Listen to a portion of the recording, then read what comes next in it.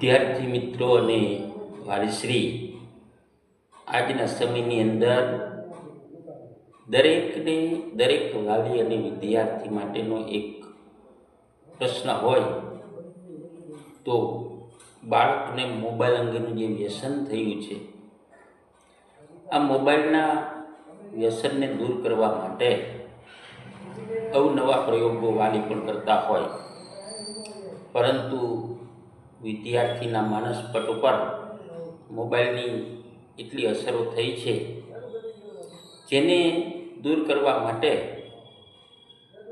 આપણે એને જે ગમતી એક્ટિવિટીઝ છે, ગમતી પ્રવૃત્તિ છે, એની અંદર જો એને ઇન્વોલ્વ કરવામાં આવે તો મોબાઈલથી દૂર રાખી શકાય. મોબાઈલ જ્યારથી આવ્યા ત્યારથી એનો ઉપયોગ, એના ફીચર્સ વધતા ગયા અને એ બાળકના શિક્ષણ ઉપર, એની કારકિર્દી ઉપર એમની ઘાતક અસરો પડી. શિક્ષણ મેળવતા વિદ્યાર્થીઓ જ્યારે મોબાઈલની અંદર પોતાનું મનને લગાડશે તો શિક્ષણ સાથેનો તાલમેલ થશે નહીં. હા, મોબાઈલ ઉપયોગી પણ છે, પણ જો એનો સાચી દિશામાં ઉપયોગ કરવામાં આવે તો મોબાઈલ ખૂબ જ એજ્યુકેશનની અંદર ઉપયોગી બને છે. પણ હાલના વિદ્યાર્થીઓ, હાલના આ યુવા જનરેશન મોબાઈલનો શિક્ષણ તરીકે, એક શિક્ષણના માધ્યમ તરીકેનો ઉપયોગ થતો નથી અને અવળી દિશામાં પોતાનો સમય બરબાદ કરે છે. આ અવનવી ગેમ, ખોટા ચેટચાટ કરી અને ઇન્સ્ટાગ્રામ અને અન્ય એપ્લિકેશનની અંદર પોતાનો સમયને વ્યર્થ કરે છે. આ મોબાઈલની બત્તીને દૂર કરવા માટે વાલીશ્રીઓએ પણ ખાસ ધ્યાન રાખવું પડે. ઘરની અંદર જેટલા સભ્યો હોય એ તમામ સભ્યો પાસે એન્ડ્રોઈડ ફોન, મોબાઈલ હશે. હવે બાળકના મમ્મી તરીકે એક એમની પણ ફરજ બને છે કે જો હું બાળકને જોતા મોબાઈલનો યુઝ કરીશ, મોબાઈલનો ઉપયોગ કરીશ, તો હું બાળકને કઈ રીતે સમજાવી શકીશ કે મોબાઈલને નહીં અડવાનો. આ પહેલું. જ્યારથી બાળક નાનું હોય ત્યારથી બાળકના માતા પિતા પણ એવું ઈચ્છે કે આ હરીફાઈની અંદર મારું બાળક પણ ટેકનોલોજીથી વાકેફ થાય, ટેકનોલોજીનો ઉપયોગ કરે, જેથી કરીને બાળકને નાનપણથી જ્યારે એને જમાડવું હોય, એને સુવડાવવું હોય, ત્યારે એમને મોબાઈલ આપવામાં આવે.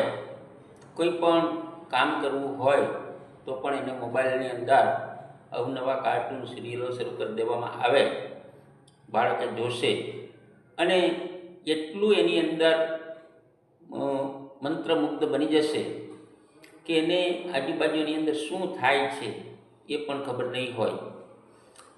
આજના સમયની અંદર મોબાઈલને કારણે કેટલા બાળકોની આંખો જાય છે, કેટલા બાળકો પોતાના માઇન્ડ ઉપર ઇફેક્ટ કરે છે. અને માત્ર બાળકો જ નહીં, આજની આ પેઢીની અંદર બાળકથી લઈને બુઝુર્ગ સુધી આ મોબાઈલની ઘાતક અસરો થઈ છે.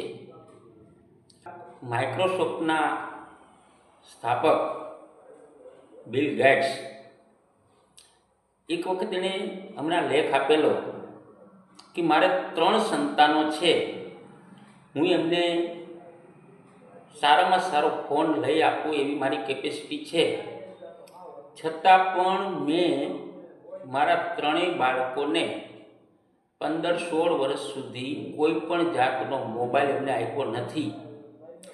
તો જો આ વ્યક્તિ કે જેણે આ માઇક્રોસોફ્ટની અંદર એમણે આખી દુનિયાની અંદર જો સિદ્ધિ હાંસલ પ્રાપ્ત કરી હોય અને જો એ વ્યક્તિ એવું કહેતા હોય કે જો બાળકના કારકિર્દીને તમારે સુધારવી હોય, એને એજ્યુકેશનની અંદર આગળ વધારવા હોય, તો તમે એને નાનપણથી મોબાઈલ આપશો નહીં.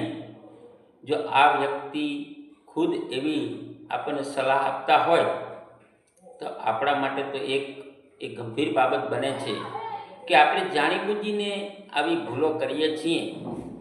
તો મારી બાળકના માતા પિતાને અને આજની યુવા પેઢીને એક નમ્ર અરજ છે કે તમે ખપ પૂરતો, જરૂરિયાત પૂરતો જ મોબાઈલનો ઉપયોગ કરો, નહીંતર આ સમય બરબાદ થશે, તમારી કારકિર્દી ખતમ થશે અને તમને કોઈ ક્રિએટિવિટીના આઈડિયાઝ, વિચારો, વ્યવસાયલક્ષી વિચારો કે વ્યવહારિક વિચારો નહીં આવે.